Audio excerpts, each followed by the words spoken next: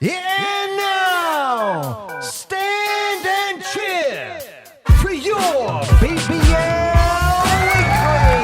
Hello, welcome to this Talking Basketball podcast, the BBL Weekly. And I dare to say that this is our final episode. Last one. Last one this season. And we got Thank someone goodness. sitting with us. Someone sitting We here. have a guest. Someone has snuck their way into the studio. Mustn't have been good security. Do I introduce Elliot? I think we should. Oh, I can do. I think we should you definitely do throw one. me on that one. Okay. Yeah, well, that's what we do. Yeah, now, stand and cheer for your guest speaker on the BBL, Elliot Bridgman. Oh, Someone change that the was settings. turned down. Just put the claps. That's perfect. There you go. No, we're leaving that as perfect. No one will notice. That's because you threw that at me. No, If I was that's what I prepared, put up with. if I was prepared, I could have done that. Okay, yeah, sure. I could've Elliot, done thanks that for coming back, man. It's always Thank a you for pleasure. having me. No, it's nice to be here as the three of us. Yeah. Wow, Three amigos. that's what he wanted to say. Three musketeers. He likes saying that. I think Paul did get a bit too excited when you mentioned it being a three-way tonight. Yeah. Exactly. You usually he got to did. pay double for that. Right. In now. some places you don't. It's just called a house special. Oh, okay. Wow. But the reason we've got Elliot here is not because we like his entertainment, nor do we like his company. The reason we came here is because he graced the finals. The O2 Arena, he was there. Very Out lucky. of everyone we know, he was there. He was there. There must have been other people you knew there as well. No, we asked them all. They went, no.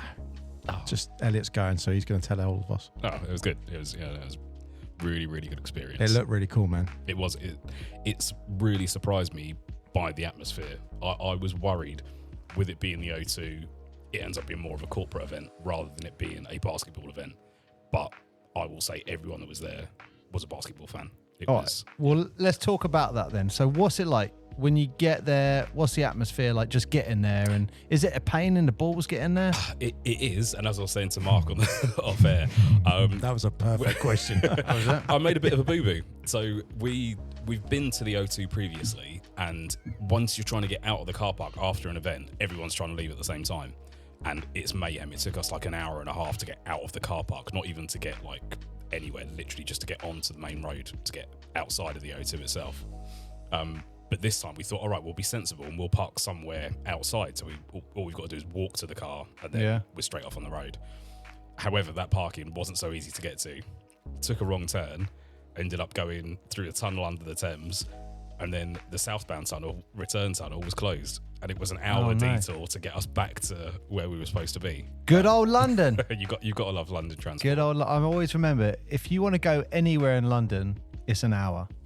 Even if it's Pretty one much. tube stop away, I'm just like, give it an Give hour. yourself an hour, just in case. But yeah, we fortunately there was. That's once you're in London as well. Yeah, not a fan. Definitely not a fan. And car in London, it's like leave it outside and just get the train. use the public transport. Yeah, 100%. We fortunately we were all like where we timed it. We thought as soon as we get to the O2, we'll use the facilities, get ourselves comfortable, what have you.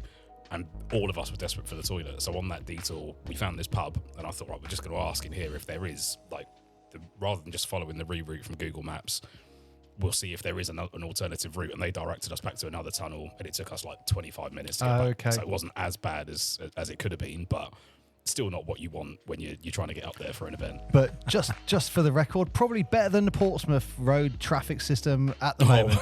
Yes. Yeah. Closing the Eastern Road and Let's London close. Road. Hey, let's close all the roads in Portsmouth all at the same time. It'll be fine. And for those who don't know, Portsmouth is an island city that has 3 ways to get on and off the actual island. And as an island city, closing one of those does present somewhat of a traffic flow issue. Yeah, rather than say road ahead closed, they might as well put a sign up that just says F you. Are you going home tonight? Are you sure? Anyway, so you finally got to the O2 Arena. What's that like? Is there anything going on outside? So there was some other big urban culture event going on outside. So there was all these food huts, music, right. like really, really big, this like festival that was going on. So the atmosphere in the area was amazing anyway. What was the food like? Well, because of our delay, we didn't get to experience it on the way in. Ruined it. They were like, tip-off's coming. We better go. Yes, pretty much. We just dashed into the actual arena itself. Security there is a bit funny. Like, we had a rucksack. Me and my son go in. We had a couple of drinks and a couple of snacks in there. They don't like you taking in outside food. And Money. yeah, absolutely. However, they don't mind you taking in a rucksack.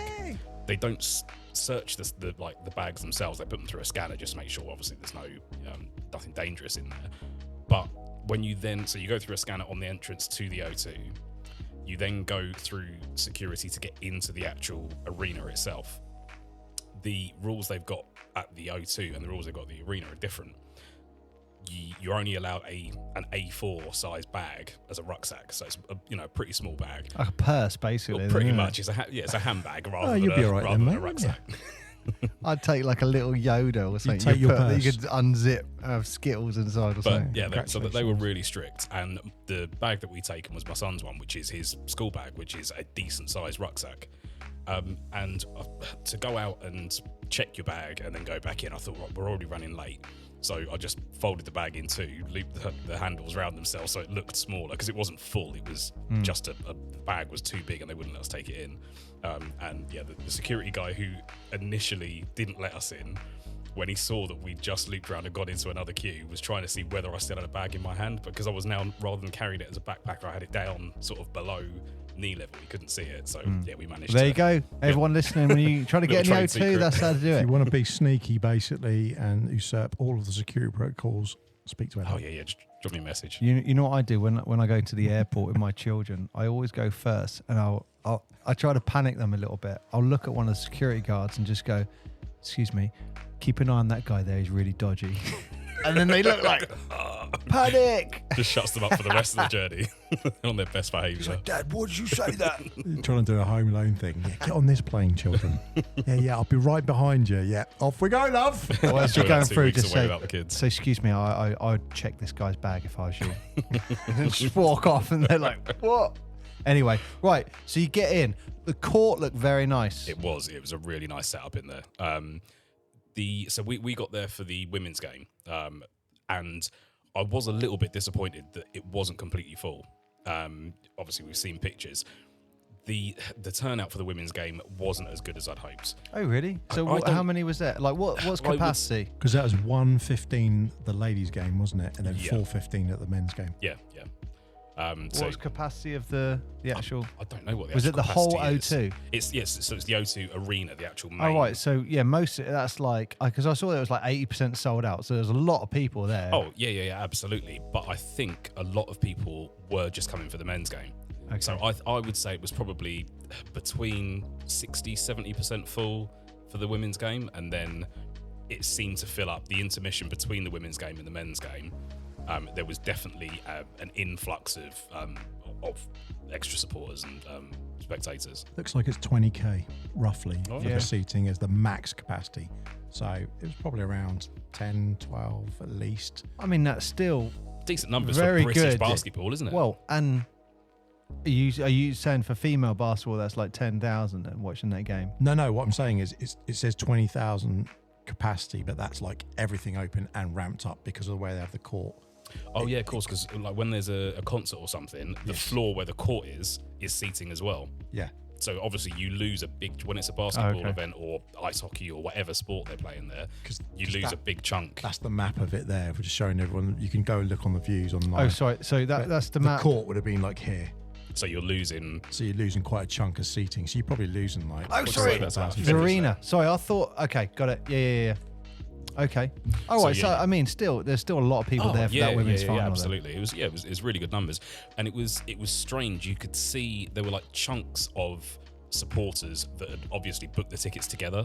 Yeah. So that like there was a big group of Cheshire supporters that were all in one area. Yeah, they that was were probably the ones who went up to Birmingham as well. There's a Yes, massive group. yeah, There's yeah, like yeah. I want to say like 300 of them or something like that. it was- Yeah. and they were in. There must have been. So they were just sort of slightly closer to the court than we were, and down to our right. And they, again, that was another funny one. They seemed to turn up for the men's game. They weren't there for the women's game. But They then weren't in the intermission- final though for well, the true, women's, were they? obviously, So yeah. But then at the same time, there was a big group of Newcastle Eagles fans there for the women's game, and obviously the London Lions fans. I think a lot of them were there for both the women's and the men's, obviously with them both making it through to the final.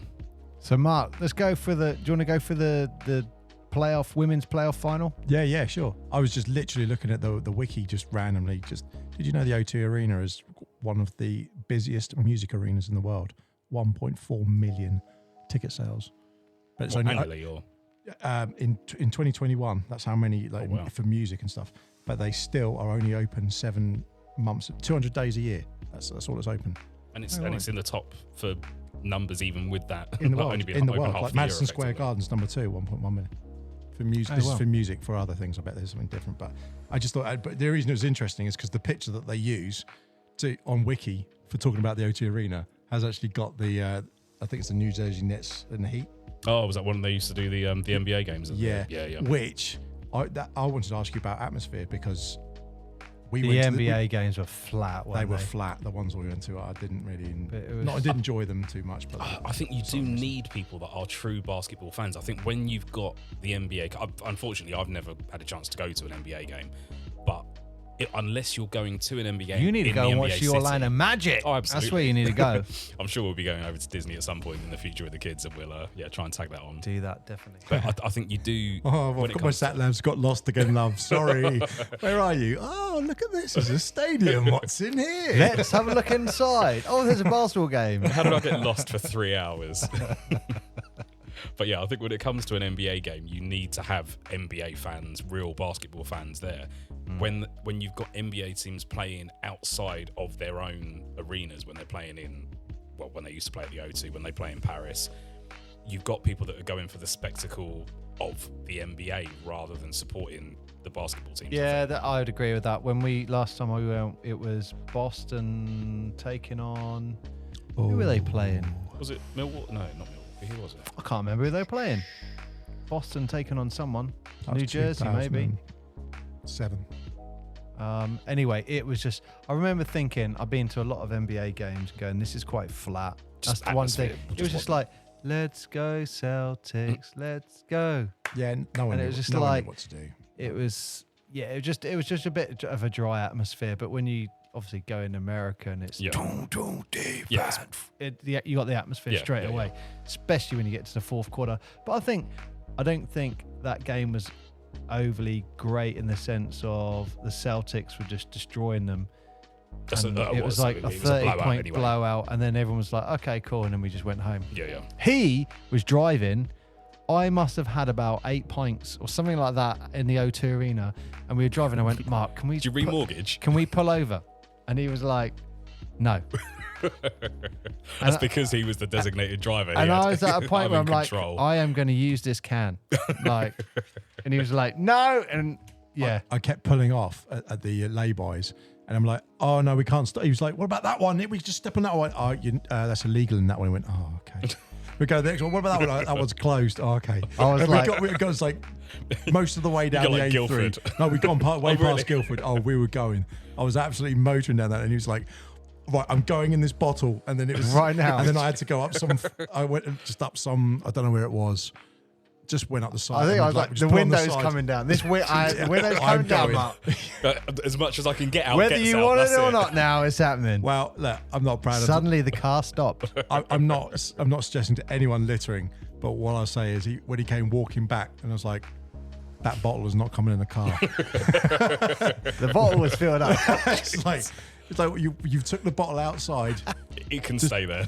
dispose of it like sensibly, but it's not coming back in the car. He made some random comment like, something about the bottle. I was like, let's see. Keep your hands are staying out. I could have I come back will with buckle 4 you back in bottles. if you want. You don't touch anything. Don't touch anything in my car. This is pre-COVID, so you didn't have like Oh, hand sanitizer everywhere at that no, point.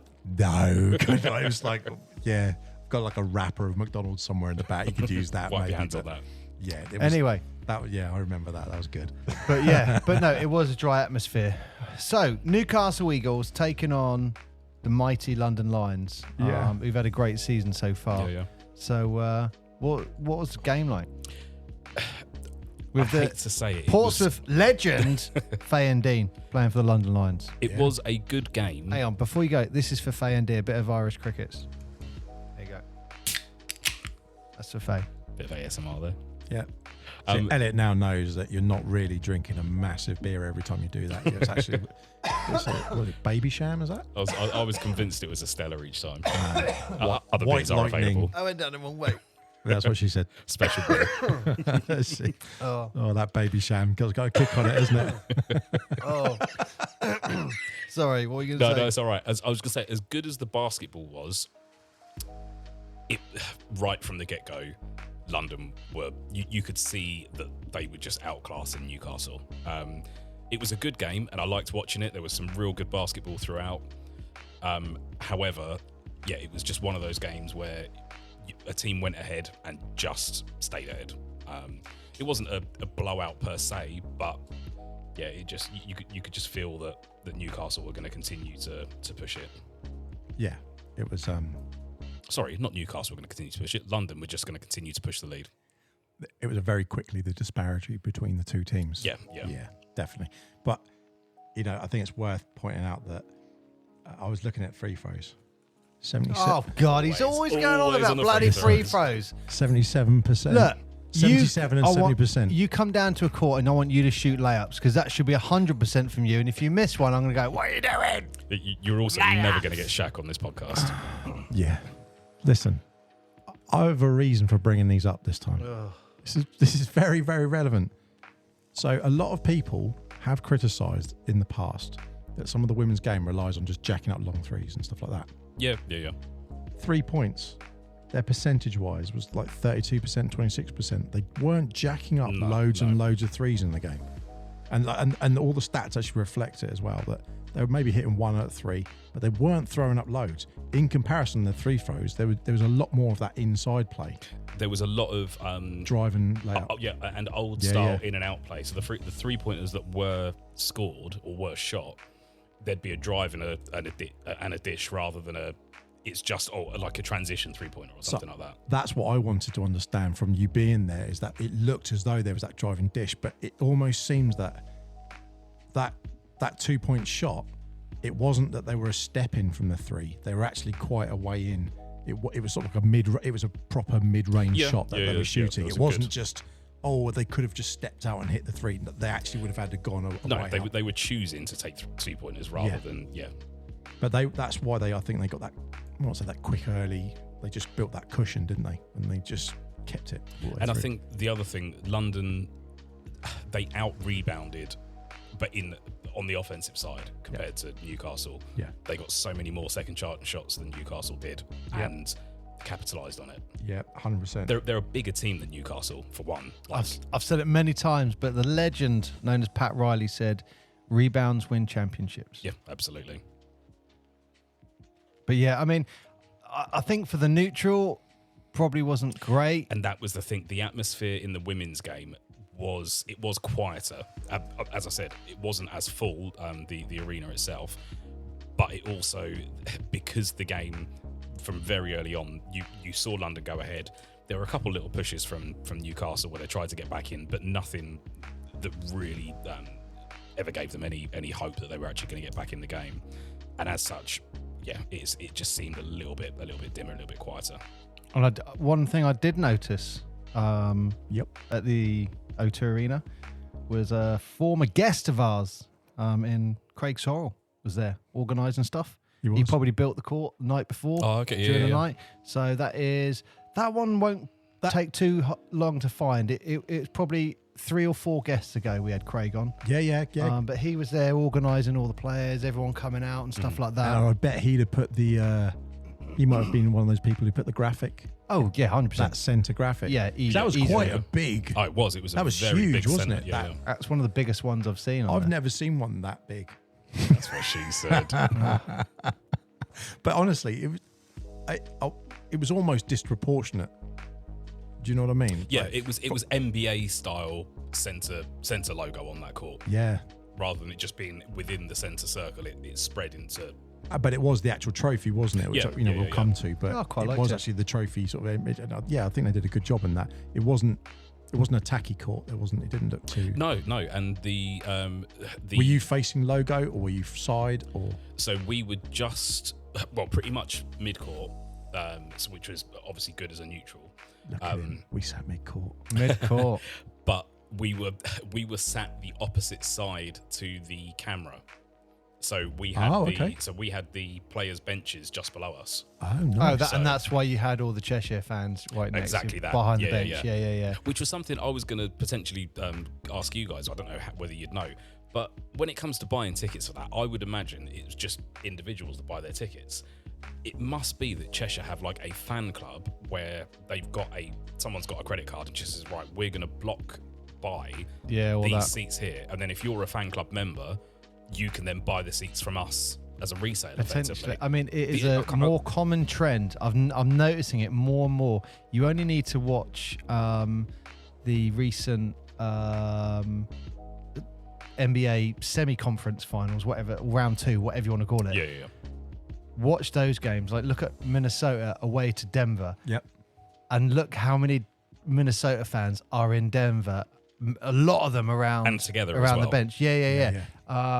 There's same for. There's a couple I've seen in the NBA, but it's becoming a lot more common. So when I see Cheshire, I think I'm like, but then in the NBA, I would assume. So, like for example, in football in Pompey, if you're an away supporter, you can't buy tickets in the Portsmouth stands. You can only buy tickets in the away stand. Yeah.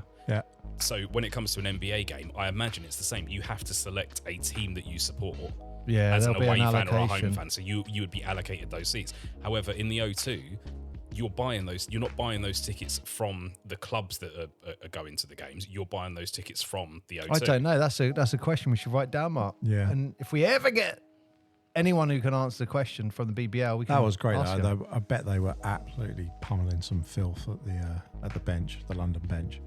Yeah, the Cheshire fans were right behind the London bench. No, they were behind the Cheshire bench. Oh, they were behind Cheshire. Yeah. And they were for the BBL trophy as well. So Yeah, as soon as I saw it on TV, I was like, oh, okay. That's where they were last time. It does seem like, so even, again, the Eagles, it seemed as though they almost knew the supporters. So after the women's game, the Eagles supporters, as they were getting their awards and collecting their medals and so on, they were turning to their fans, but it was almost like the interaction between them seemed more than just they've come to support us. It was like they knew them. And the same with Cheshire. Yeah. I'm sure with Cheshire there are some, in that fan club, there are parents' relations and so on. Of course there will be. Players. Yeah, of course. A lot of it will be, Yeah, it will be. relationships. Someone will say, look, we're going to hire a coach because we're all travelling. Yeah, we're all going together. It makes sense. We're going to hire a coach, so let's make a whole package thing. We'll do a coach, and we'll do the ticket. We'll get it all together. You chuck this in, and then that's the seats. And then you know the quantity, and I'd imagine you can go, because when you go to these places like Ticketmaster and stuff, you can get a group booking card. Yeah, absolutely. And you're going to get a discount. And look, if Portsmouth ever did anything where they were moving up or they got to, I would go like Manchester. Yeah, sure, Absolutely. I'll go. Because if it was like group of 8 or 9 of you, you'd hire a minibus. Yeah. So it's the same thing, isn't it? It's you just do it on there. Actually, you know what? I don't know why this just popped in my head. When Portsmouth got to the FA Cup final, I think it was the semi-final. This guy did it for. He looked up to get down, and he found a limo service that was really cheap. So there was like 5 of them put their money in together and got a limo up from Portsmouth to Wembley. To Wembley. Yeah. The limo driver waited outside. The game finished. They walked back, got in the limo. Bam. Wow. That's the way to do it. Nice. What Yeah, a legend. Yeah, rather than having to mess around getting London transport back to like a hotel or something overnight, or even getting the train or the bus back or something. But no, it was there's definitely got to be something going on when it comes to the booking of the tickets. And this is something that I was going to speak to the Portsmouth team about, maybe getting together to get the young players, because it'll be an experience for them, for us to book some tickets to go up to the trophy finals for the BBL or the Division 1 NBL playoffs or something like that. Yeah, that's a great idea. Because that's go up not as a club. Yeah. Because that was another thing as well. Sorry to backtracking. When we were queuing to go in, I think it was the Croydon Cougars. There must have been about 50 of them all together. 50 Cougars. Sounds like Mark's kind of pie. Sounds like my kind of party. Wow. He signed up. So yeah, the Croydon Cougars, there must have been about 50 of them queuing to get in, but they all wanted to go in together. And it was funny listening to their conversation whilst we were queuing. They were like, well, if we get to the front of the queue, we might be able to hold the space, but such and such says they're only like 5 minutes away. And obviously they didn't want to go in and then people struggle to find their seats or what have you.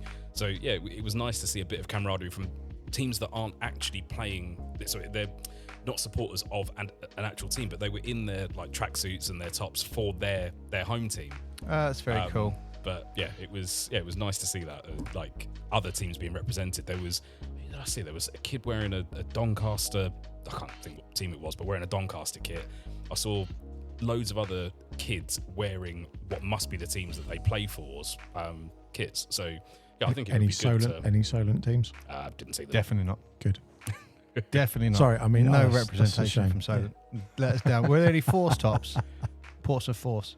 Only the ones that I was wearing. Loads. Correct. Loads. Correct. So, right, I mean, Newcastle, 65, London Lions 92 in that game. It was representative of the game. It's the London. Well, look at their team. The team is decimated for next year. Yeah, they've lost two of their big stars straight out of the gate. Obviously, Temi is now Indiana Fever. Yes, yeah. So she's Indiana Fever, and Holly Winterburn has gone to. I wrote it down, but I'm trying not to look. Is it Basilisk? Oh, Besiktas. Yeah. So the team that they beat in the Euro final to win the trophy. Oh, she's going to them. She hit that three. So she's done a reverse Kevin Durant. Yeah, and they've gone, mate, that was awesome. You can come and play for us this year.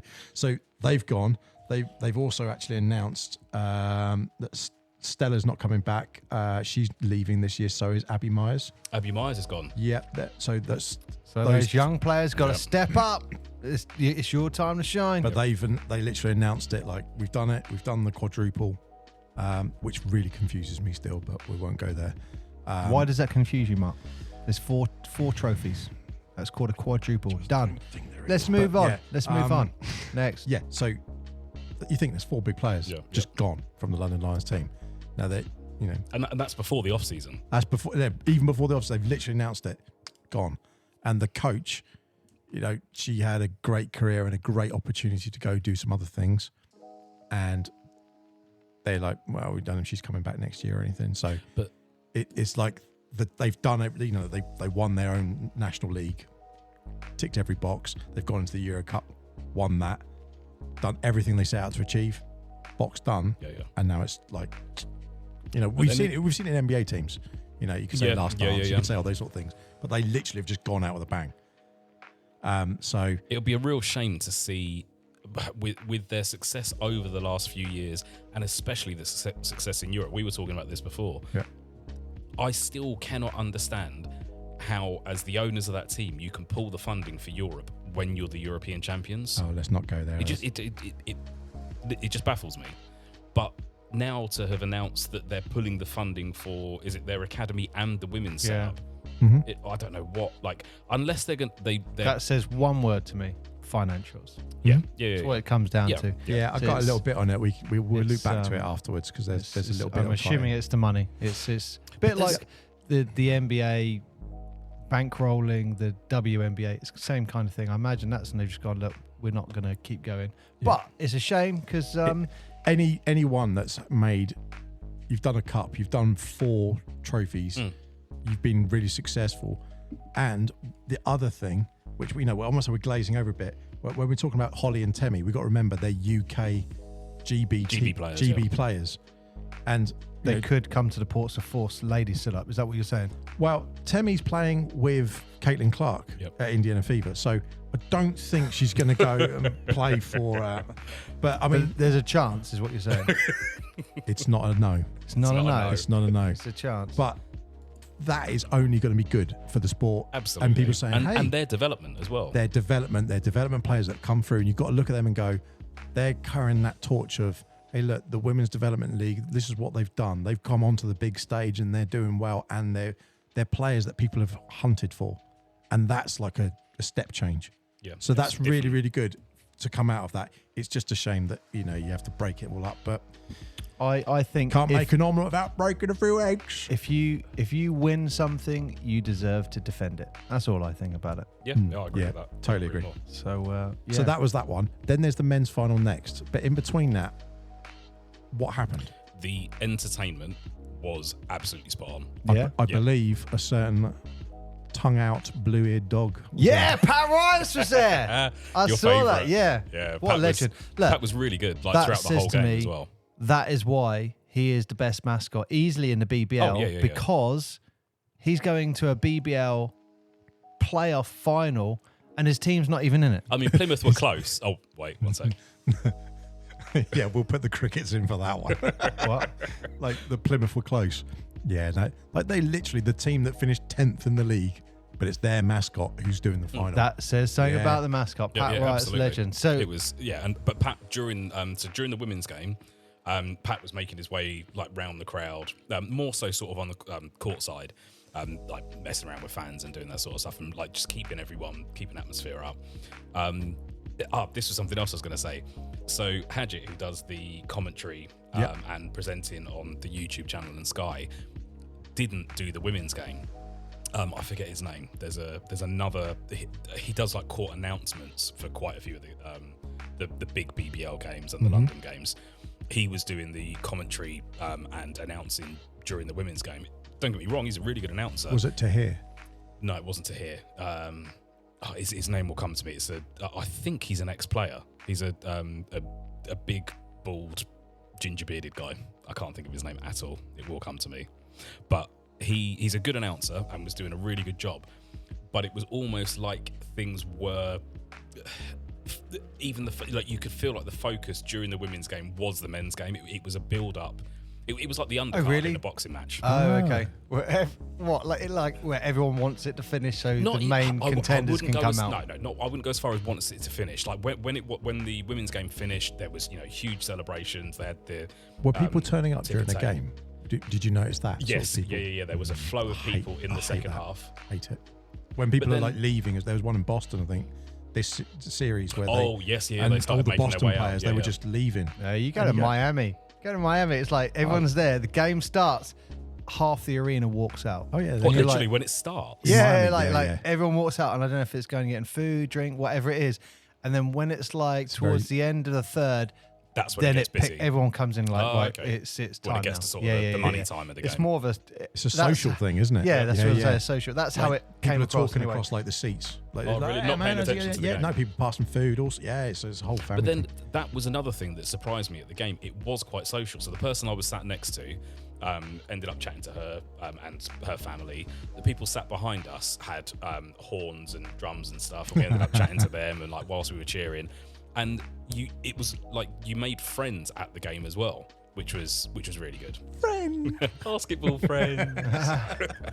I mean, one of the things I'm personally critical of, and I'm not a fan of from the commentating side. Sorry, the announcing side, is when it turns into commentating. Yeah. And it's just because I'm used to the American style, where it's like the announcer will say something like, coming into the game is number 10, Elliot Bridgman.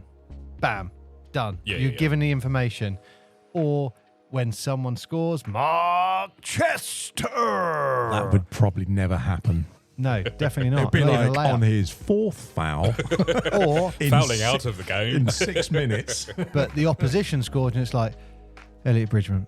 You know what I mean? Yeah. That's, for me, the entertainment. That's what I'm doing in Portsmouth. But what I'm not a fan of, there's this commentating thing that seems to happen in England with announcer like, Elliot Bridgman's got the ball and he's shot from the halfway line, 3, yes! And I'm like, also never happened. everyone can see that. Like, if you're commentating, I get it. Yep. Yeah, they're trying to do it. It's almost like a mixture of play-by-play and non-visual. So it's like super descriptive, I don't get isn't it. it? But the thing is, you do it because there's no atmosphere. But once you have all the atmosphere and the music and all that, it was more like announcing during the game rather than commentating. Yeah, that's good. That's good. That was where I was going with it. Yeah. So it's And there's other things. It's when the audience needs to know about something. So it's like, that's a personal foul on Elliot Bridgman. That's his third personal foul. And it's going to see Mark Chester go to the line for Portsmouth. Bam. There you go. 0 for 2. There you go. See what I mean? Everyone knows what's happened. I know what foul it is. Or Mark Chester, Portsmouth have got the ball. They're going to be on the line and there's 8 seconds left on the clock. Bam. Yeah. You don't need anything else. I don't think. Yeah, let the people that are the spectators absorb the other information rather than feeding it to them. In those little snippets, because as soon as that ball comes in, you're going to be getting defense. Yeah. And all the noises. You don't need. What was the? He said about these noises and stuff. Actually, sorry, Paul, but I'm just thinking. You're talking about all these sounds and stuff. What were the sound effects and noises? So there weren't. Weren't a huge amount of sound effects. There was music. It didn't translate when I was watching the game. I couldn't hear as much about what was going on. No, I think I could be wrong. I think there's a challenge here. We're so gone off topic of the actual game, but because I think it's representative of both games. It's. I think there could be an issue with the. Licensing and all that. Yeah. So, like, if you notice, if you're watching a game, sometimes it gets muted, and I'm like, okay, they're playing music. That's cool. That's cool. Oh. But it's, I would imagine, royalties. That's the word I was looking for.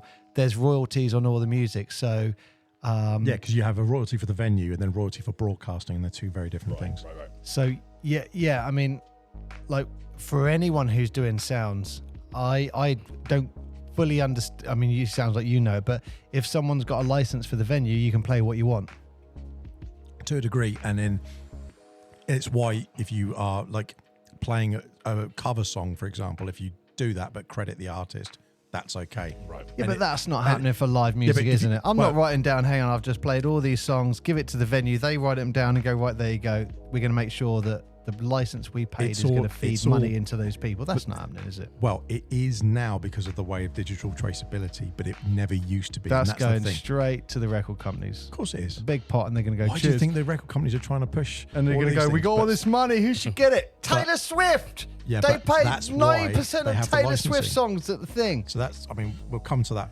I do play a Taylor Swift song, one actually, to be fair. What? Oh, what, the Force games? Yeah, there is one I chuck in there. I've not noticed that. Mark's looking at me disgusted. You pay. Mark, I do a very wide genre of music to please all of our audience. Are you a Swiftie? What is a Swiftie? I mean, that's what his wife told me. Wow. There is one Taylor Swift song in there. But you know what? I actually have, because I listen to it because I want to stay. Are you pulling out your? I want to stay regular. Well, I've got a playlist, and on my playlist, I've got the Portsmouth Force. Oh, you got that as a separate playlist on your phone? I've got a separate. No, like just in case anything breaks. I've got so you got all the things. So I've got post-game, pre-game, half-time show. Blue, that's the mascot. Yeah. Obviously, he's got his own little section. What's the one that says singing in the shower? What's that one? Yeah, it's made up. They're What your you just special said songs. there. Just seeing if I got any. I'm sure I have. Let's have a look. Taylor Swift. There we go. Oh, I'm not allowed to play it on here, am I? Any Taylor Swift fans will know what that is, but that one gets played. That's players gonna play. I know what that is. Everyone Players knows that. gonna play. But Why are you asking a load of men to shake, just out of interest? Or are you asking the crowd to shake? Is that what you're doing? Anyone who likes Taylor Swift would like that song. You just want to get audience. people moving. You just want to get a movement. Want to get the movement. So what sound effects? Yeah. Because we were talking about music, but actual sound effects. Did they do any of the old fashioned? Did they need my organ sounds there? What organ? They definitely needed some sound effects there. No, sorry, I'll take that back. They didn't need the sound effects because the crowd were into the games. Okay. So the crowd were, you had the defense chants and the let's go chants. And yeah. So don't get me wrong. I think personally it would add to the atmosphere. Actually, you can't. My sound effects are one way, if that makes sense. So I have my thing, and I am one team. When you've got the ball, I'm defense. Yeah. The other team, I'm like, let's go, whatever. If that's a neutral, that's very difficult. You can't now go defense because you're going to have to do defense for the other team. Yeah, so there were... One team that's has quite to be difficult, yeah. I think one team was home anyway. Yeah, well, pretty much. Sorry, in fact, sorry, I'm just thinking back to this now. They did have the organ sounds, and they did play them for both teams. So to build up the atmosphere, Yeah, it'd have to be the generic half ones. half There are plays. some you can But do. yeah, they didn't have the sort of defense chants and so on that you got. It was more just the building the atmosphere as the shot Yeah. clocks. Oh, if I knew we were going to talk about it, I'd bought my laptop with all the sounds on so people would hear it. Just Dun, it's that sort of Yeah, stuff, yeah. isn't it? Just it can go either way. And if they play it enough for one side and the other, it doesn't matter, does it? Like Mine you say, if sound a you're lot doing it- better than what you just did on the mic. If you're doing, well, I'd like to hope so. If you were doing that as the mic, I'm going to do a sound effect now, Could you everybody. imagine? It's Oh, like, no, da- look da- at- da- I was like, I ain't got that one. I know what tune you were doing. The sound effect system's gone. His phone's not working. Yeah. Oh, we're just gonna have to beatbox it. Who can we call? Mark! Yes, I'm just coming. There you go, Mark. There you go. But yeah, it was the atmosphere was really good, and the other thing I was going to say, although it's a very different thing, the cheerleaders were absolutely great. Their dance routines were amazing. What were they wearing a certain kit? Well, this is it. They're not the cheerleaders of the 80s and 90s. They're not the Lakers girls like you used to have, but they are a really good Dance crew. troupe. Exactly. Yeah. It's again, it's 2024. They're not as diverse as I think they could be. I think they had one guy in the group, and the rest were all girls. And Too it's Really? too many men for you. Too many men. That's one too many. Dave, get Too out the many. lineup. But it's Dave, Dave, out. you're over there. Dave, we've got a really important role for you. You've got to make sure the floor is not slippery so they can go out and do their job. Look, let's be honest. He's got one job. Someone's going to get thrown in the air. You got to catch that person. That's your one job. Other than what? Just go on the sideline. You know what? I'll be honest. The guy that was in the group was that skinny. I think I'd prefer the girls to catch me rather than him, if I'm honest. But it was that they were really good, and they knew the second timeout was called, they were already on the court. They knew what was going on. Absolutely play by play. We didn't get to see that aspect of it Oh, because it cuts away. because from, it cuts away, Yeah, and yeah. there were little bits that you could see. But when they do that cutaway, I know Paul's mentioned it before, but sometimes when they do those live ones, way Sky do it, because obviously they have adverts and Yeah, have other yeah, yeah, things. If you're just watching it through YouTube, it's actually really frustrating because it just suddenly You want it to bet the flashes up. atmosphere. And I really like the BBL music. I really like that, like the theme tune. I'll that come comes back in. to that in a minute. But Well, I prefer that than watching not just TV adverts. I'd love Yeah, to yeah. see the atmosphere still. Yeah. But I reckon it's royalties on whatever they're doing. Can I just say, based on this, and we're I know there's a massive debate about cheerleaders and troop packs or whatever you want to call it, and a lot of teams even in the NBA have moved over to like troop. I don't know what you call them. Troop dancers. They're just dance troops, Dance aren't they? troops, Yeah, or dance whatever you troop, go. yeah, yeah. So They're all like in the UK, like And then- diversity but- and stuff like Yeah, that. yeah, aren't so- they? They all- yes. but Similar then you've stuff. got others who are going, no, we're cheerleaders. Just on that point, I have got a picture. I'll give it to you because you can post it up. I've got a picture from, this must be 14, 15 years ago Mhm. when I was in LA, saw Kobe play, actually. And I got a picture with some of the Laker girls. I got to see. Now I've said this, the way you're looking at it, you I've want to seen see the it. picture. You showed me the picture, but yeah. But it You was can like, send that to me again. You can I walked you can delete people out of pictures now, so that's all right. I'll have that. I remember just My Google walking in Pixel and remove. there was two of the Laker girls there, and they were like, "Hi, how are you? And would you like our picture?" And I was like, "Yes, I would." Okay, I was- said Suddenly to her- forgot how to I was talk. actually on my honeymoon at the time. I gave my Awkward. phone to the wife. Went, "Here you go, take a picture." There's a picture of me two of the Laker Make girls. yourself loose for love. Come on. Oh, I'll get the picture now. It's a great picture. Yeah. No, But I've seen that one. Exactly what you were saying. Strangely enough, my daughter does cheer. Got all hot, man. It's all flustered. My daughter does cheerleading. You don't beat the Laker girls. I don't think anyone does, but it's. I think there is something to the traditional side of cheerleading. I love the dance troops. I think they're really good. They're great for entertainment. You don't want to be having girls out there as commodities as opposed to people. It needs to be part of the whole package. and I see why a lot of teams are moving more towards the dance troops. Say no to sluts. That's what you're saying. And you know what? Look, when Like, I was, you don't want the men running around in arseless chaps and stuff like that. We don't. But I want to see the actual ones who do it. You know, when they do the proper shows. Yeah, the tumbling and The all tumbling sorts. where they throw, like Paul was saying, like they throw someone up like Yeah. 2 stories and then they got to catch them, and like they're proper professional cheer. It's basically like gymnastics, isn't it? Yeah, it is. effectively? Yeah. Like bring them in and do a halftime show and do something cool. Yeah, it'd absolutely. be They could. interesting to see what the dynamic is in like the gender ratio for spectators. So if Yeah. you're in a spectators are 90% men, well, I bet it's they're all family. going to want to I watch. bet it's not. I bet No, it's no. real family. That's what I mean. Yeah. But however, what I was going to say is when I was in the Adelaide,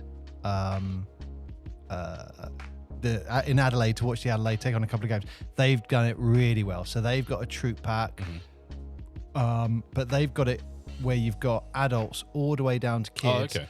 but they're all really synced. They're all really good Yeah. dancers, and it almost, they're so good it doesn't matter. You're not focused on anything else other than wow, those That's guys amazing. can dance. Yeah. It's really They're cool. doing entertaining. They're doing Yeah, what they're and going to that's do. and, There. the but BBL dance they were did the first exactly that. ones I saw and went, they're really good.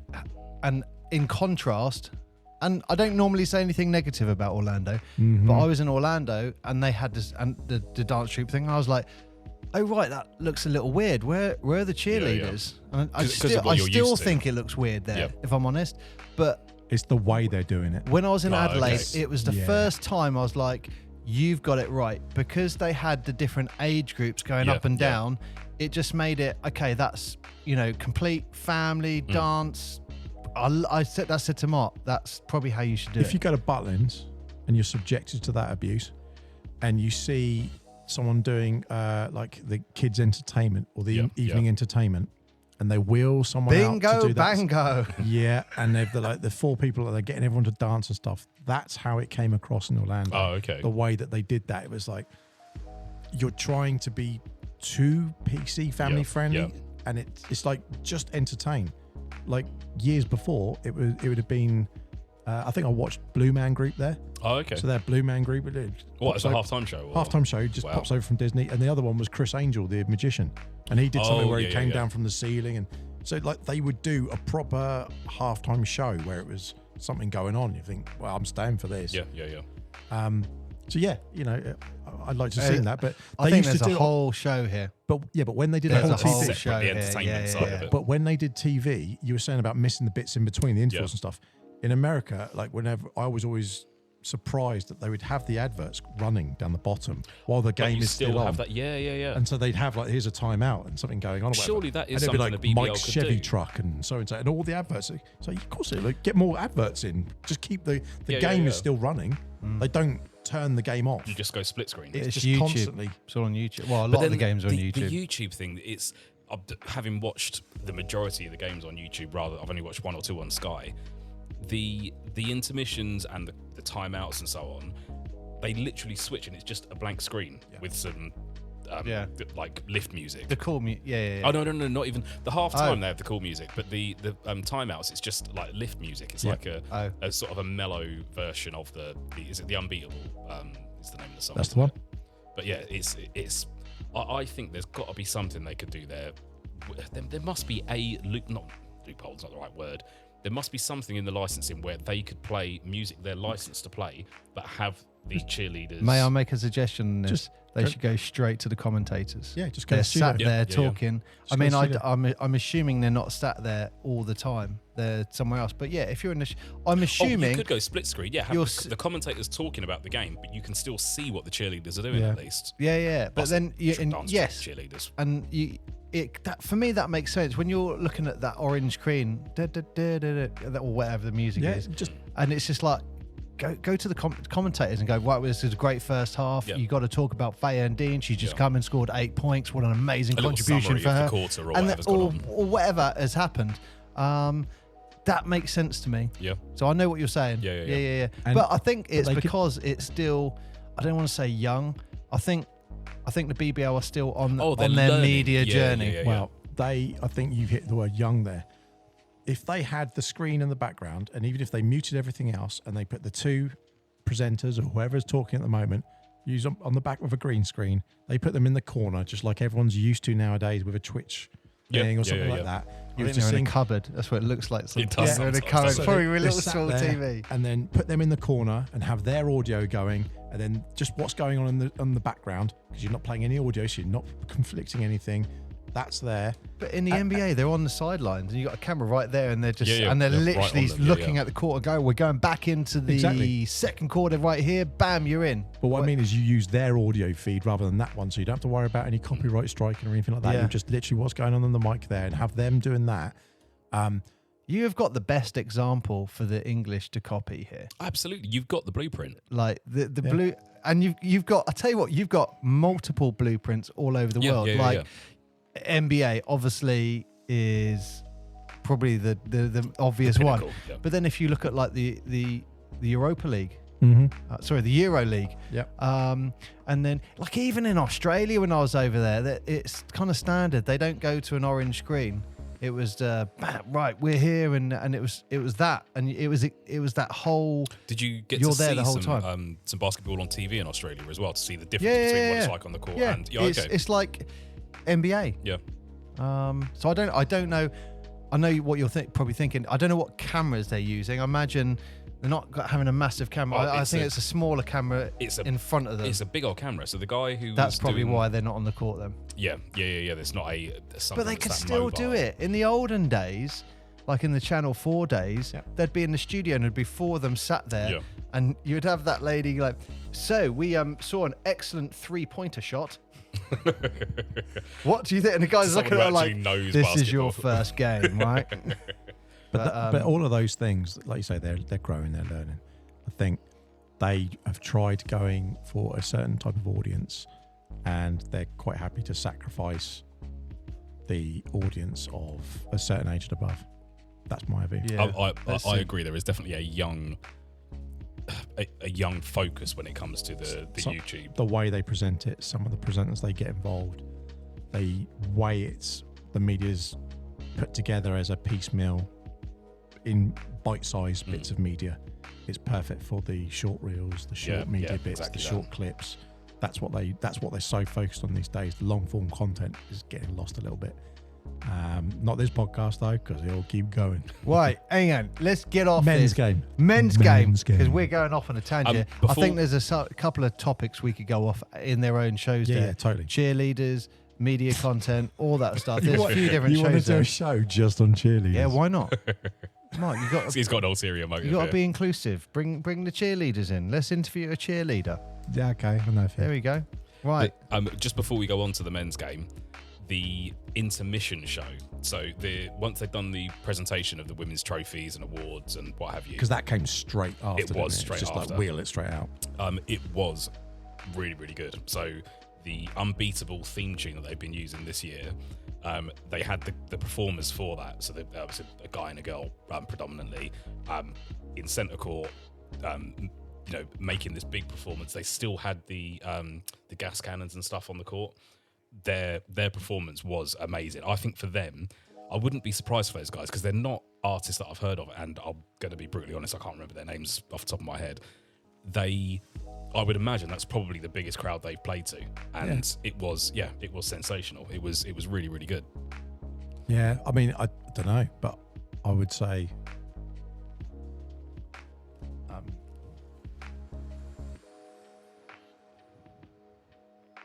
what are you doing? No.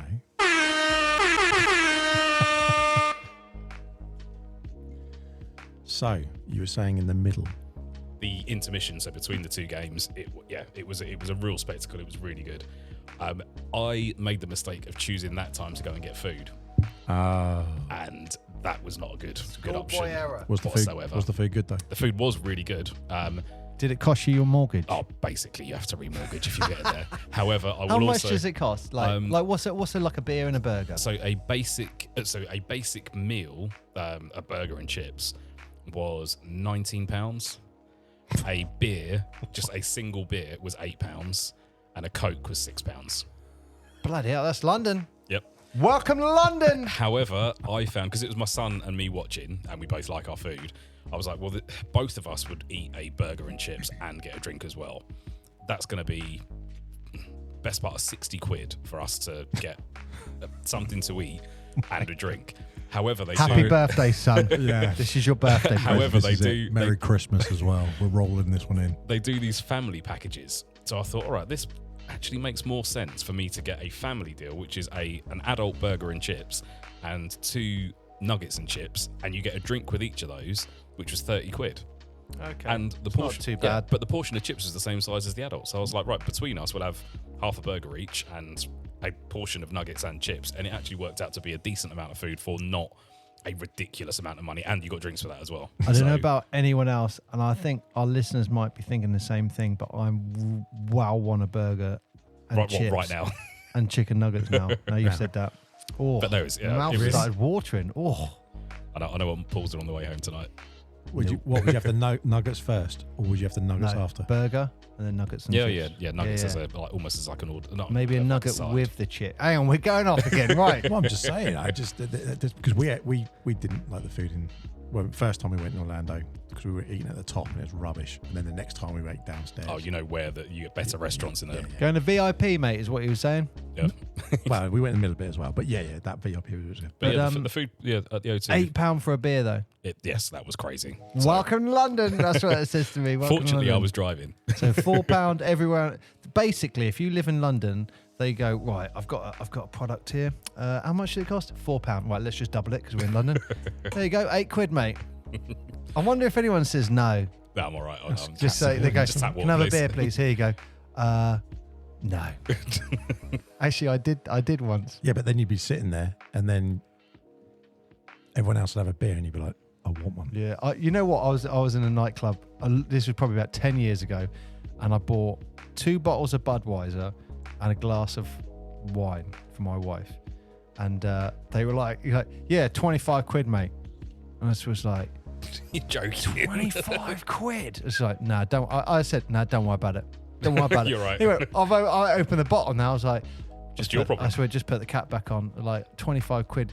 I went over to her and just went, look, we can go and buy a bloody 20 Let's go pack across of, the Lidl. of Budweisers, and you can go get your own bottle. Let's shoot off. Well, this is a jumping in because we went off on a rabbit hole after talking about Pat Riots, and then the conversation just went off. So we're recording this after that show with Edit, and we completely forgot to talk about the rest of the halftime show. Apologies, I'm easily distracted. Well, it's good that it was brilliant that you obviously enjoyed Pat Riots and his antics and everything. Yeah, But what else was happening? It really was a spectacle. It was an event. The guys who recorded the Unbreakable theme tune that's been used on the YouTube. Oh yeah, So their performance was next level. Really? I think I did mention this, that it must be the biggest audience they performed to, because you had it must have been about 85% full once you got to halftime in the men's game. that's great. And yeah, they had a great performance.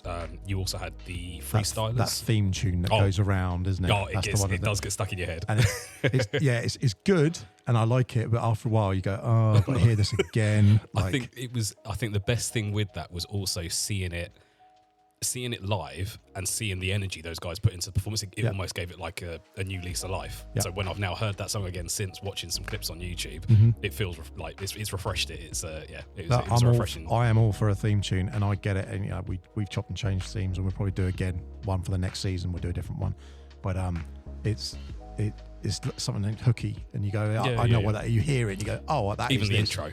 Yeah, so that intro you immediately hear. It's the rest of it that sometimes people forget because they hear the intro and they go, I know what's coming I think up. just the intro itself just triggers thoughts of the BBL, which I think is... And they've used it a lot in social media. that is They've used good. it a lot, which is great. But Marketed again, it well. after a while, you go, I'm hearing this every other second. Like, have another one. A remix. Well, even just have one that you're doing for your media stuff, and then if you're doing that, if you do that theme for every single thing. Okay, I get what you mean. So maybe have like one theme tune for BBL games, one for trophy games. Well, no, something like that. Yeah, but it could also be this is a highlight or this is a so-and-so. Yeah. So it could be like we have the background music going on at the moment, and it will all be like oh, there's something. And the amount of people who said to me, what is the background music? It's like, well, I wrote it, which always makes me feel good.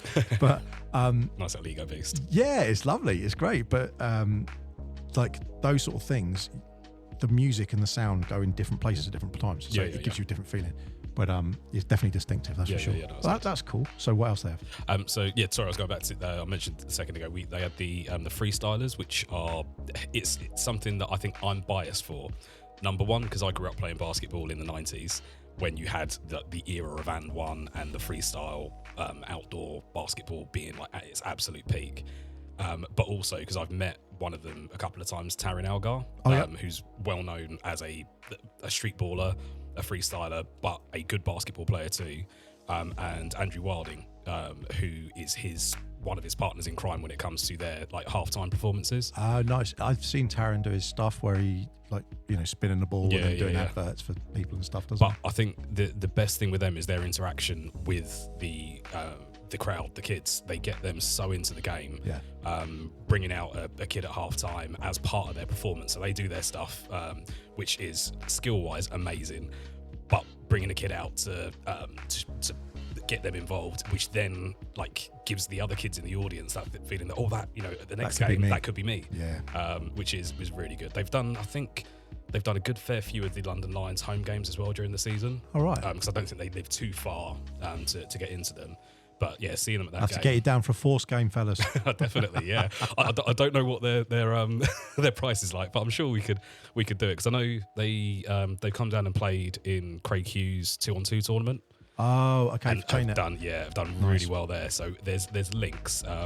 And one thing that I was most impressed with after the game as we were walking out, and this earned me some serious dad points. It was really good.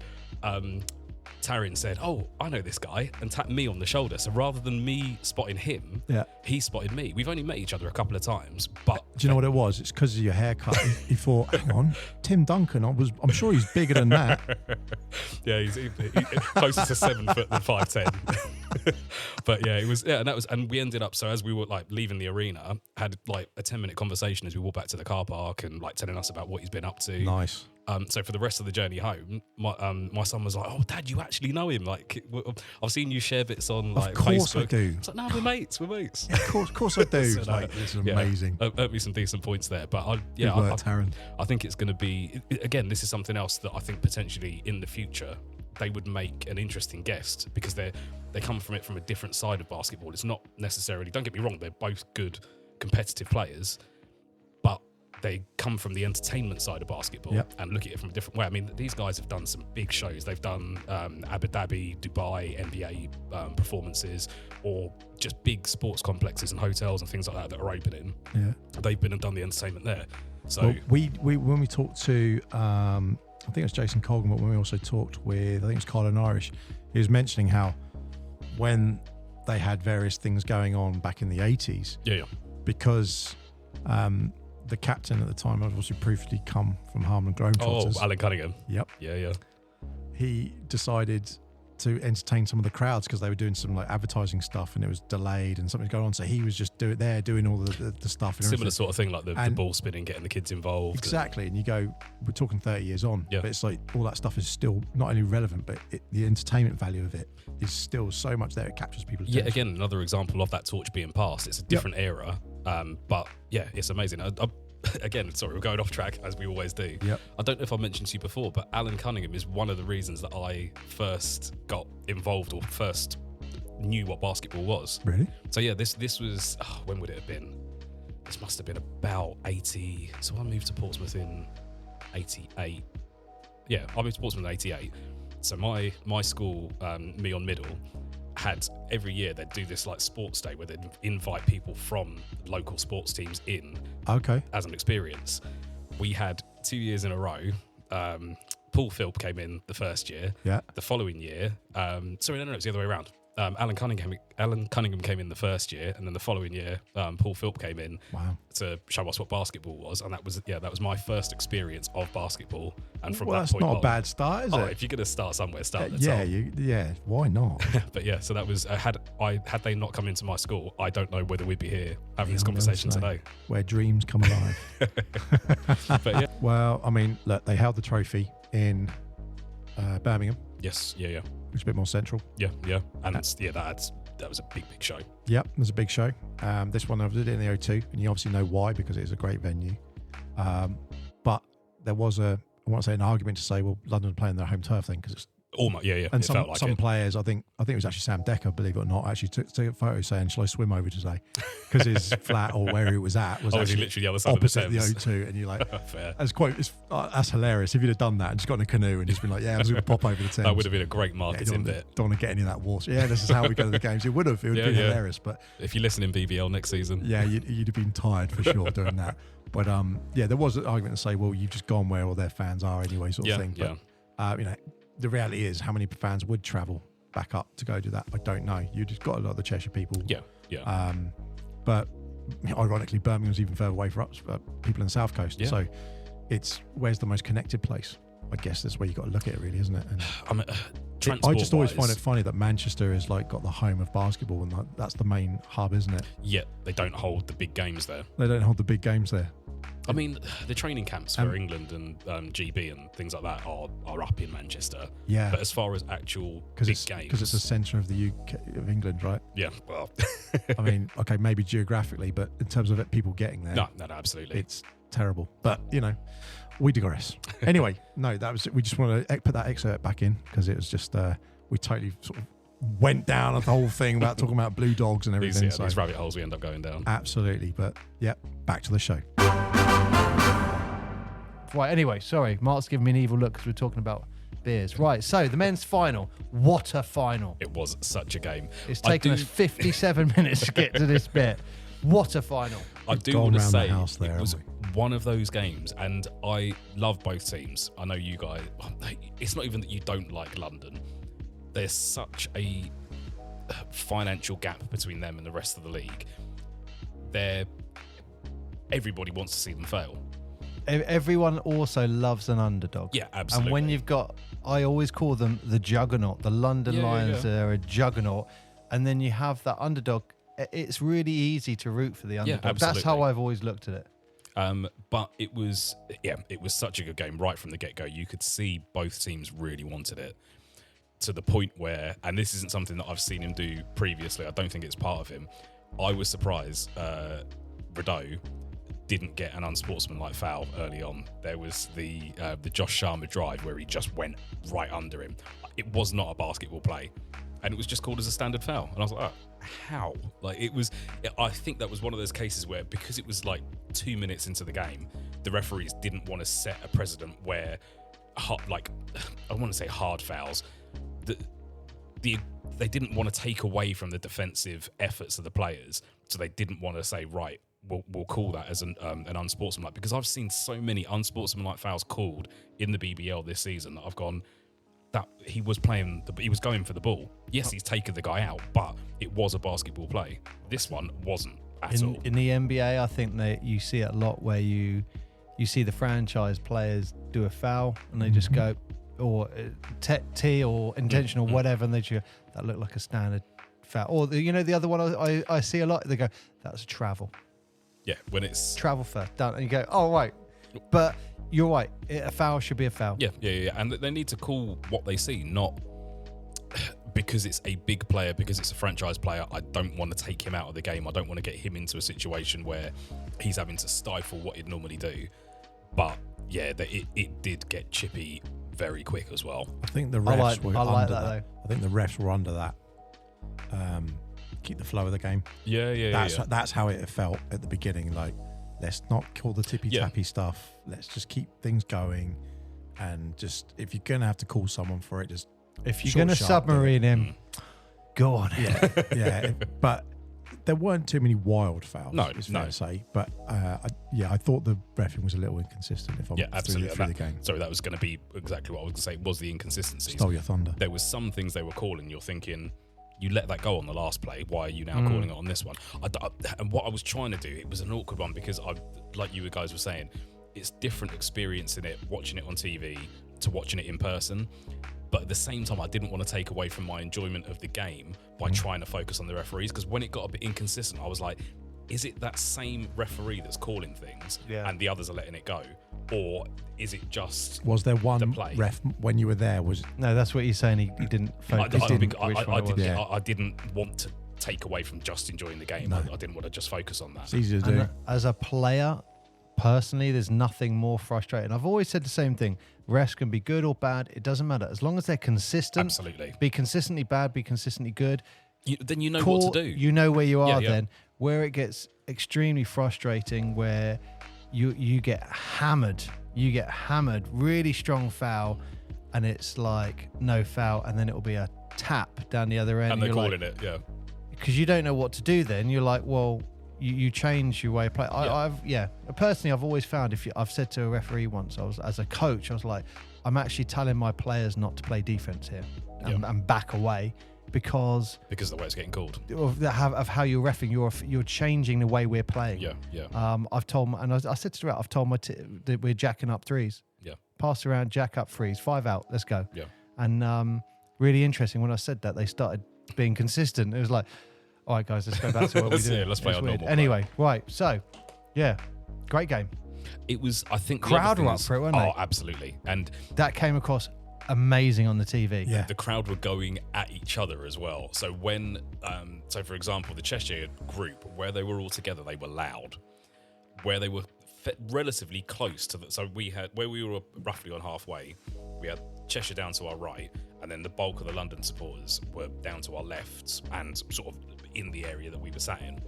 There was one lad who was a Cheshire supporter sat right behind us in a block that was mostly London supporters. It did not put him off one bit. He was cheering the whole game. And yeah, I want to give him credit. It was a young disabled lad, and he did not stop cheering the whole What game. a legend. Absolutely. So yeah, he was really great. And also, like I was saying, that like we sort of made friends with the people that were around us. Yeah.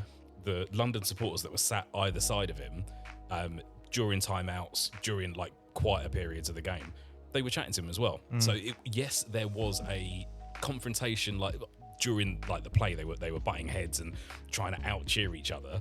But as soon as it was a dead ball, it was. But that's what's great about basketball. Yeah. And I would almost say I'd say the same thing about rugby as well, where you can, it doesn't matter where you sit, you can be sat next to your shoulder opponent. to shoulder with a And it's different just jersey. like, Yeah, but absolutely. as soon as you go to football, it's just like the wall goes up, isn't it? Yeah, Sometimes it's, like it's more tribal, tribal, yeah. orientated. Like, and then, or for example, I saw on social media an Arsenal fan walking through a crowd of, I think, Chelsea and Tottenham fans after they had just lost winning the Premiership, and he's being hammered, and it's Absolutely like, abused, and it's yeah. just like, man, like you wouldn't get basketball, No.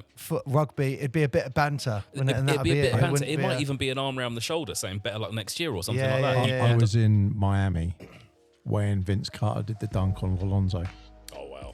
and I had a Vince Carter shirt on, and I remember I love that shirt. And literally, we were at this end, and they were dunking it down there, and then Vince went up and just pulled that hammer, and the guys behind us were all Miami supporters. Yeah. And they were all giving me high fives and stuff. Man, your boy got us. He got us good. And they were all giving me high fives. I was like, I didn't do it, but I'll take Vince's credit. Yeah, fantastic. But that was it. Like, literally, they were sat there. No one cared. You really have that camaraderie, don't you? On that And it's dunk, Miami. They don't play. on that dunk, apparently Alonso Mourning didn't talk to Vince Carter for about a decade after it. Really? It's ridiculous. Like one dunk. And I got to see my two favourite players of all time, because Gary Payton was paying for when he was at Miami at Miami. the same time. So Gary Payton was there. Vince Carter was there. Shaq was in the corner. Nice. They put Dan Marino's jersey in the up in the rafters Cross beforehand, and Sam Hyatt came out to put it out with him, and I'm like, this is just the greatest day Wow. ever. But back to the Cheshire London game. It was right from the get-go. The crowd was so into the game, just so engaged. It was really good to see a tough game, and I think it was built up really well. I don't know if you guys saw the BBLs sort of. They had the little clips where they had. I think it was Aaron building it Wright up. Yeah. and Jordan Taylor that were like sort of the main focuses, where they were both talking about like their views going into the game, and it really brought it up for the final. They're clearly the best two teams in the league. Yeah. And both of them are proud basketball teams. They both went in there wanting that win and fought for it. You saw it. You could see it when they were playing. And I love the way Cheshire, not that other teams do it, but I just love the way Cheshire don't back down and really take it to London. Try to get under their skin, bit like with that play and stuff like that. Scrappy. There was also, I can't the most improved player, Cam, I can't think of his surname, the Cheshire player. I want to say Cam Thomas, but that's not. That's an NBA player. It will come to me. Cam Kristen. He was getting so verbal with the Lions bench to the point where he got a technical, but it was almost like he knew it was coming and he was playing for it to try and rile the London bench. He wanted them to do something. However, there was also another technical that was called later in the game, and that was one thing that I think was the announcers sort of dropped the ball on.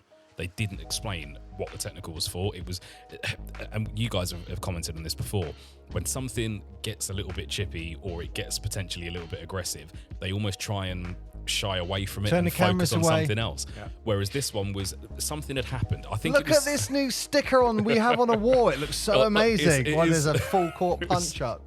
It is ridiculous how blatant it is that they're trying to avoid the conflict. But they shouldn't. They should embrace it. Absolutely. Because that's where people get when people are passionate about it, and you see that passion, it's infectious. Oh yeah, when you definitely see it, and you off. think, it rubs off, and you think, oh man, and it's talking points. You can say, did you see that happen? Oh yeah. Did you say such a play? Or did you like see... the malice in Manchester. Yeah, that could have been talked about so much.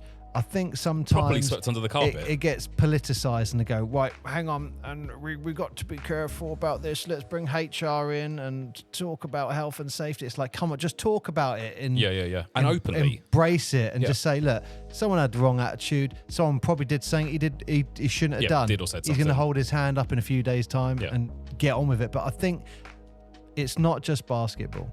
They're doing that in lots of sports.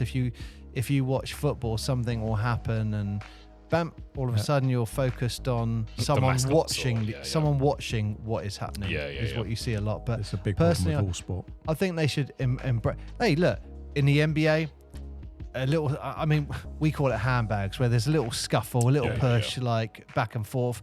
What does the NBA do? Bam, focus right up on it, and everyone's like, the crowd are like, what do the crowd do? Yeah, because they're seeing riles them up. They're peed off and they're up for it. Personally, they should embrace that. They don't want to upset the snowflakes.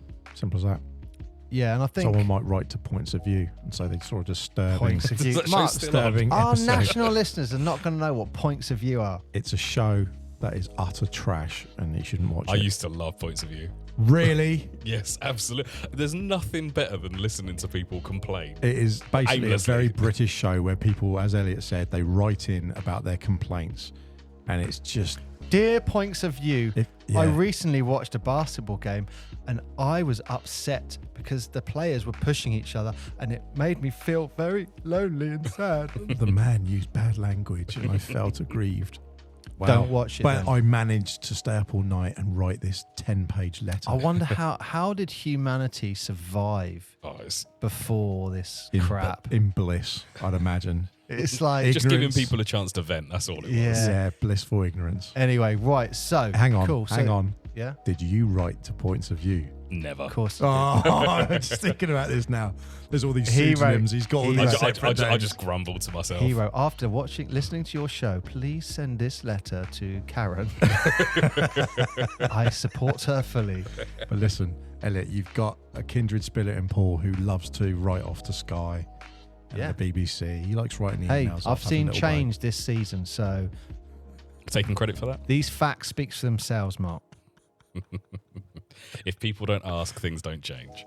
Well, but it was. We've seen evidence. That's all I'm going to say. Fact. Dangerous time evidence to go down. has been out. It's the men's final. We're going to talk about it. Sam Decker hitting the big three at the end.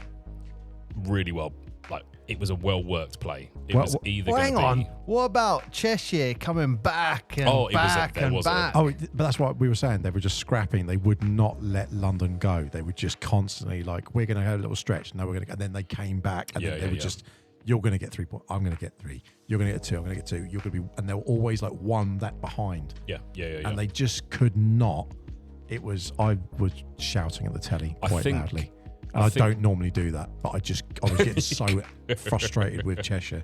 I've just got to not say. being able to push it, get They over couldn't the hill, finish. as it were. They could not get that ball. It's like it was almost like someone was in the basket, and every time the ball got close, they go no, and it'd be a layup In that It'd fourth be quarter, In the fourth quarter, it was just it would not drop for them. Yeah. Doesn't matter what they did, it wouldn't.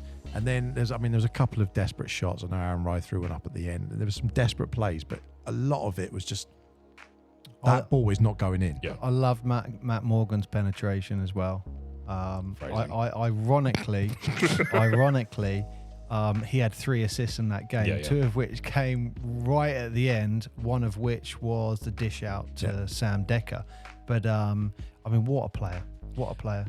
I think the thing is, he was one of the heroes for London in that game.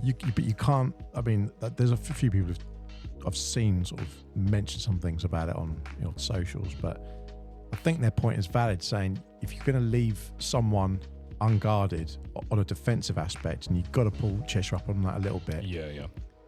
Sam Decker is one of, if not the best clutch shooters in the league. Absolutely, he's proved it. And he's numerous proved it. times He's this done season. it quite a few times. And then all of a sudden, you've got him in the corner, and you can see he sat there waiting for that ball. Yeah. And it's like, I'm not going to leave him. I thought about last season, He's end of last season as well with Caledonia. yeah. Yes. I thought, it's the same thing. Play. Yeah, but you can't, and it's the same. Drive it in, take that, draw it, dish it out, done. And it's like you're not going to leave him there. And then when he came in to draw with Morgan, when it was, I can't think it was number 23, but he came in to try and get the ball from Matt, and you go, you're not going to do defensively anything on him. Shagwell. But he wasn't going to do anything. No. He couldn't do anything because Matt had the ball and it was cut away, and his defender was already on him. Shagwell. So you go like, don't cover. I know what you're trying to step in the lane, but you've got to. You cannot leave him out there. And that extra step that he took in, he couldn't get out to just put a hand. But that's the thing. When Matt Morgan was driving, the defense just collapsed on him. That creates opportunity. But you've got to respect Matt Morgan. How many times has he made those drives to the basket? Yeah. Been fouled and still he's got to be one of the best and one makers in the BBL. The number of times he's so good with those continuation plays where he's making a drive way away from the basket. I think it's Jordan Johnson's Gets number bumped. 1, isn't it? He's the number 1 for drawing the and one. fouls. Yeah. Drawing the and one. But is it the completing the and ones? Matt Morgan is so good at getting those finishes from really awkward positions. Question. So no question. they couldn't risk him driving, getting fouled, and scoring the layup. So it's lesser of two evils. Yeah. What do you do? Let someone take an outside shot, or For me, that shot was the end of the game, in the sense that Cheshire were coming back, and then they finally got it. It's like, yeah, they've evened up, and it was like one play away. Defend this play, and then a 3 goes in. That was a dagger, and they made it a two two possession play. They couldn't win the game with that one possession, and that was I think their goal. Yeah, but. And I think was there about 8 seconds left on the clock? 9 there was seconds, still a little bit of time. 8.6. Yeah, still 9.1. All right, 9.1 seconds. So it's like you have to hit a 3, and just to get it to overtime. Look, he finished. Sam Decker finished on 17 points, 10 rebounds. hang on, this is the bloody MVP here. Yeah, We're gonna have to say it properly. Sam Decker. Oh, Mark didn't like that. come on then. Come on, this is the bloody champ. He was the only person in the London Lions who had a double-double. Yep. Sam Decker with 17 points, 10 rebounds, Mark! He deserved that for that shot. Well, I was going to say, shout out to Gabe Olaseni, because he got 12 points and 7 rebounds. He played such a good game. His mid-range shooting in the latter stages of the game was amazing. Someone that I didn't have as bigger impact on the game as I thought they would was Josh Sharma. He's a couple of dunks early on, a couple of decent plays, but he just didn't have the impact in the second half that I thought he would. Olaseni just stepped up. But was that because they were prepared for him? Because I mean, defensively, he's a superb. I think he won Defensive Player of the Year, didn't he? He is. I know exactly. He can be very up and down. Like he'll have amazing games, and then he'll have a really quiet game.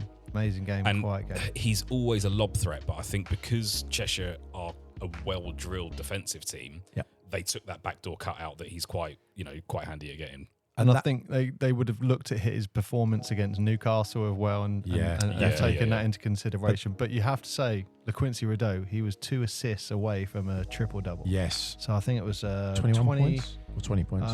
20 points, 12 rebounds, and he had 8 assists, 2 assists away from triple-double. Look, you don't see... I think I was going to say surprisingly. I don't know whether that's the right word to use. I think because we're spoilt with NBA basketball, but you don't tend to see double doubles in the BBL that much. No, not as so much. when you see a triple double, it's like, damn, someone had a good game. And I think you touching on the NBA, we're talking about like Aaron Rye with 21 points, LaQuincy with 20. Sam Decker hitting the game winner, he's got 17. We're not talking about 40-point games here, 50-point games here. No. You're not getting players do that. I don't think we get anywhere near as much one-on-one basketball in the BBL as you get in the NBA. No. It's more team basketball. Yeah. You see a better spread of points. You get more players that are scoring 15 to 20 points across the team than like in the NBA. You may get one player who scores 30, one that scores 20, and then the rest are in single figures. And that is basically what you've just described there was the women's game. Yeah. Where you're getting 1 or 2 with a high and then a medium, and then everyone else is filtered through with like your 8s and 9s and stuff and 6s and stuff. Whereas here, you've got more people getting 10, 12, 14, 17, 20. And there are pretty good mileage as well. Most people are on the court quite a long time. It was, you saw, I think there was only 1 or 2 players from London who you didn't see on the court. I think Cheshire, pretty much the whole squad. I think from theirs, it was because a few of their players got into, not foul trouble, but had a few fouls in the first half. They had to get the rotations in a bit more. I think you saw all of their players at some point in the game. What was I going to... Can I just say a shout out to Ben Thomas as well? Just won Coach of the Year. Yeah, no. Oh, He's yeah. done a great job this year. He's done really well you feel a little bit for the London Lions not sweeping some of these awards. However, the London Lions are so strong. They've got that backing behind them for a head coach to take them on, take the BBL trophy off them, and then take them to 9 seconds and a huge 3-point shot to go up.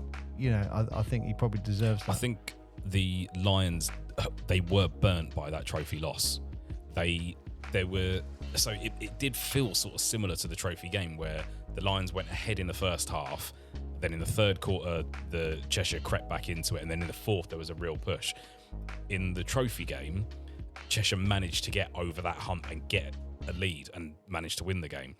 I think there were some changes in the way they were playing basketball that London didn't adapt to in the trophy. In the playoff final, they made those adaptations. They didn't allow them to get those easy baskets. But as Mark was saying earlier, there were also baskets that they should have scored that didn't go in. Yeah, and I don't think, sometimes normally you see a game and you go, there's not just a turning point, but there's a bit where you think either that team won it or this one lost it. Yeah. I think this one actually flip-flopped because there was a point where when London let Cheshire creep back into the game, they let them get a bit of momentum. And when they got the momentum, then Cheshire then took the advantage. Yep. So that was like London losing it because they took their foot off and Cheshire got into it. But then Cheshire couldn't get those extra points to try and get over. I think it was within that 1 point. And they were always 1 point behind and they just couldn't do it. And that's where they lost momentum. Yep. London then kicked back into it. And then they just found, all right, we're going to stay composed. And then obviously... I'm glad you said something. I just want to expand on it a little bit more, which was in the trophy final, they got over that hump. And you see it so much in basketball where a team is behind and they'll be 1 away, like you're saying. Yeah. And it's or even tied. But to go up 1, go in the lead, that is a massive psychological dagger. Because you say you're down by 10, and then all of a sudden, so you're up by 10, and then all of a sudden, bam, a 3 goes in, and you're like, damn, we're down by 2. That's huge, Yeah, especially towards the it end of the game. changes, yeah, You yeah, start thinking, hang on, are we going to lose this? Bloody hell. Like, all those thoughts creep in players' heads. But Cheshire never got to that point, I thought, where... I think it's 3-4 minutes. There was a point They where tied it. Yeah. They tied it, but it was like, you know, they didn't... Never got ahead. Not that little dagger. It's just... I hope you know what I'm talking Yeah, about. yeah, don't you? That absolutely. little It's a- dagger, where it just mentally you think, oh man, the heads are just dropped. You see it. You get a psychological shift both ways. The team that were ahead, they can drop. So the team that have lost the lead, they can end up dropping their heads. The team that have gained the lead, they feel invincible. So you get and the a atmosphere momentum in the ring. shift. Sometimes it's. I think anyone who knows what I'm about to say will know what I'm talking about. But you suck the atmosphere completely out of an arena. Yeah. And you know, I've been in arenas where it's happened. I've played in games where it's happened. We just go, well, coach, and you see it and you just go, the atmosphere just dies, and you're like, wow, we won this. And that's like, when we nerves won and this. stuff start Yeah, kicking in. yeah. But that's also mentality. you If have you're to looking at feel it. that and be there. Yeah, because if you're looking at that and you're feeling that vibe, the vibe could be they're winning, so you know it energizes you to do better. Yeah, yeah. Or it could be it's not that they're winning, it's that we're losing. Yeah, we're allowing them to be in the lead. A great example. And that was the flip, because there was points where you go, London are letting this get away from them, but actually no, they've just let them in the door, and then Cheshire have capitalised on that and brought themselves back in, and then it was, but then Cheshire couldn't capitalise it, so then it swung the other way again, and then it was like, well, you haven't capitalised, and now London are like, okay, we'll put the foot on it again. I think one thing that did happen in this game is when Cheshire went on a little bit of a run in what would have been the last eighth of the game. Yeah. So when they got it back to where it was 1 or 2 points, where London had, I think at one point had like a 10 or 12 point lead, London started calling timeouts. I don't think they did that in the trophy. So where you're talking about breaking from being behind to being in front, you're not actually doing it by playing basketball. All you've got to do is call a timeout when they're on that run, I mean, and you're it's just momentum, breaking the momentum. Yeah. But that's standard coaching, really. I'm surprised you don't see it as much in the NBL, where I mean, we've seen it before, where someone scores 12 unanswered points. Usually after the second or third, I'm looking at him going, why have they not called a timeout? Just do something. Timeout, and then you get like another 10 points go in, and then timeout, and you think, wow, that was 10 you points should have too done that late. 3 plays ago. Yeah. But I feel a bit for Pedoposic, because he's won the championship and the playoffs with the London Lions, and he hasn't managed to get Coach of the Year. I don't know. That's a bit not harsh, but I wonder if I have to feel the budget's come into that question. I also, I wonder whether the decisions makers basically look at it as you've got the best team, so you don't have to do as much coaching. It's I don't know, the way that the Brooklyn Nets looked. But he's a great like coach. They're set up a while back. Our accolades and achievements the same thing, though. That's how you got to describe it, isn't it? Because what Cheshire have achieved this year. Oh, absolutely. Yeah. They did win an accolade, but you got their achievement is not necessarily in the accolades. It's actually putting that team on the map. I would say Ben Thomas is going to be looking at his championship losses, who he's lost to in Garden. I actually think he'll be looking at that as well, that loss, and he'll be taking that loss and saying, we can beat London as motivation. No, next we year. lost that game. Yeah. Not that, London sealed it at the end. It's like, no, we didn't capitalise. Those opportunities we had to get ahead. And he'll we be didn't take. thinking, should I have done in that point where we just kept, they couldn't organise a pee up in a brewery. They were just not, they were in that touching distance, and they couldn't capitalise on it. Could he have made a change? Could he have done something just to do something? But you go, who can I take in and take out? And like you've always said, Paul, if you're losing by 1, 2, 3 points, is that a coaching decision rather than a player's decision? That's just what Mickey Byrne always said to me. But I don't know how much, if anyone agrees with that or not. I see the logic in it, because if you're losing by 10, 15 points, there's not an awful lot you could have done differently. there's a skill gap. Yeah. If you're losing by 1 or 2, adaptations could have done something to make it. I think the point he was always making was, I think he could have done something to influence the game. Yeah. Either way, that's what he was saying basically. But look, London, they've won the championship. They've won the the League. playoffs. The league as well, the playoffs. Yeah, championship. That's what Sorry, it's called, sorry, championship. And they won the you've thrown me off there. And they won the playoffs. And look, all credit to them. Like 3 losses throughout the entire pretty championship crazy, isn't it? league. 1 loss. And they in got through to the quarterfinals in the. Yeah, one Was it not one the- loss in the semi-finals, BBL, which is the Semi-finals they made it to, trophy, yeah. the trophy final. Got all the way to the quarters, and you know what? Pretty successful season for them. You certainly wouldn't, like, if someone had told you at the beginning of the season that's how it's going to finish. And they're I up for imagine they sale. probably would have taken it. Yeah. Well, that was my last point. Now what? Yeah. Because we've had this really great final. Mike, I can answer that question. Now what? That is the end of the Talking Basketball podcast, season 1 for BBL Weekly. Done. Yeah, that is done. That is done for that. I mean, we won't dwell on all the things that are going on. If you want to go look in the media, you'll be able to see what's going on with 777.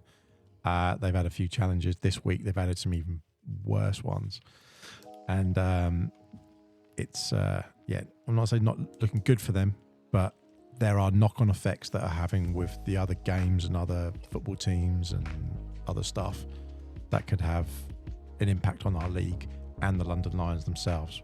We may have seen some stuff for the women's, we may have seen some stuff for the academies and elsewhere, but there's no formal announcements, there's no formal things, so everything is just Watch this space. subject. It's going to be an interesting off-season. Yeah, all I'll say is it's the off season at the moment. I think we're going to hear some news, and I hope it doesn't change what they've started, because we started doing this because we wanted to talk about basketball roots and where we come from, and it then sort of morphed into learning more about what are they doing in the BBL, because they'd had this big push and they'd had this big rebound and they were really trying to capitalize on it. And like everything, nothing's perfect. And yes, we say things and we'll poke holes in stuff, but the reality is it's exciting. Like when Paul got that jersey from the Eagles, like it's cool. Yeah. There's no way around it. And to see something on there and go, that's a real professional team playing a good quality of basketball, and I can watch it. Yeah. And it's in our country. And there's local players and there's local British talent. And that, there's a future for the GB team. We're talking to Mark Stuttle about what he's doing for the GB team.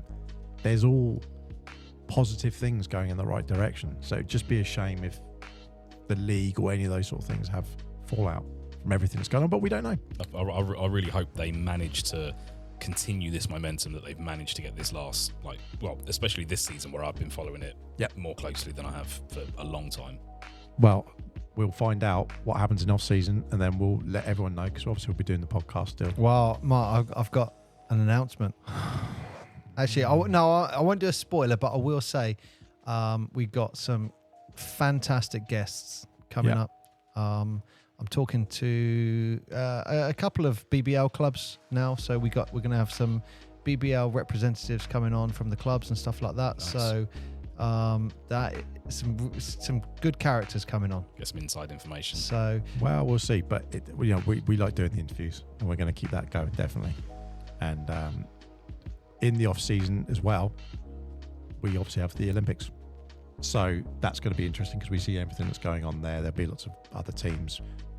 How do they play? What do they play? We might be covering some stuff there, but for now, the BBL Weekly's finished. BBL Weekly is done. God. How long when we start this? I think we When the started like season week started, 4. No, we started like a couple of weeks late. That's what you're looking at. No, I think it was week October, 4. November. week 2 and 3. It's right Jesus. there. Yeah, because we did it with week 1 when they were just Is playing. someone being murdered next door? There's a lot of banging going It's on. like a lot of banging next door.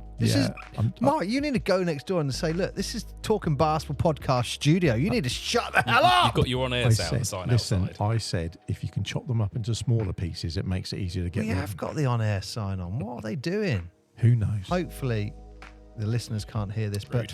yeah, I would say please get in touch, listeners. Irritate Mark at the UK Basketball Podcast at gmail.com. Let us know if you want to come on the show. Let us know. Come on the show. I'm going to share it on our Instagram socials. We are going to start using. Is it X that you say now? Do you say Twitter? Rather than Twitter. Yeah, I think you I say am X, never don't you? saying X. I'm saying Twitter. Okay, Twitter. We're going to be using that a bit more as well because I've noticed a lot of people are giving good information on that with regards to basketball. Oh, okay. So it makes more sense that some of the stuff, if it's wordy or whatever, we'll use that as well. So I'll be putting You like stuff out words? on that. I love words. Like frog and ascenseur. I love ascenseur. Ah, le français. Where? Je parle un peu de français. Do you know what that is in French? Paris, 2024. Lift. Ascenseur. Very Où est nice. l'ascenseur, s'il vous plaît?